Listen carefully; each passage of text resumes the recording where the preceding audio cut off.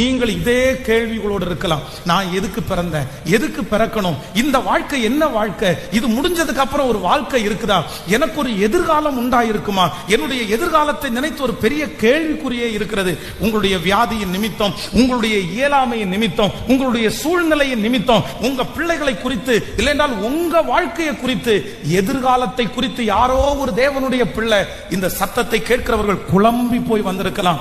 ஆனால் ஆண்டவராகிய இயேசு கிறிஸ்துவினுடைய உயிர்த்தெழுதல் சீடர்களுக்கு கற்றுக் கொடுத்த முதல் அதிசயம், முதல் பாடம் என்ன அப்படின்னா, அவர் உயிர்த்தெழுந்து எதிர்காலம் உண்டு என்கிறதை அவர் நிரூபித்தார். இன்னொரு வாழ்க்கை உண்டு என்கிறதை அவர் நிரூபித்தார். அவர் விழுந்து போன தாவீதின் கூடாரத்தை திரும்ப எடுப்பித்து கட்டுகிற கர்த்தர், எதிர்காலத்தை நிர்ணயம் பண்ணுகிற கர்த்தர். எத்தனை வாழ்க்கையை மனிதர்கள் உடைத்தாலும் இன்னொரு வாழ்க்கையை நமக்காய் தருகிறவர் கர்த்தர்.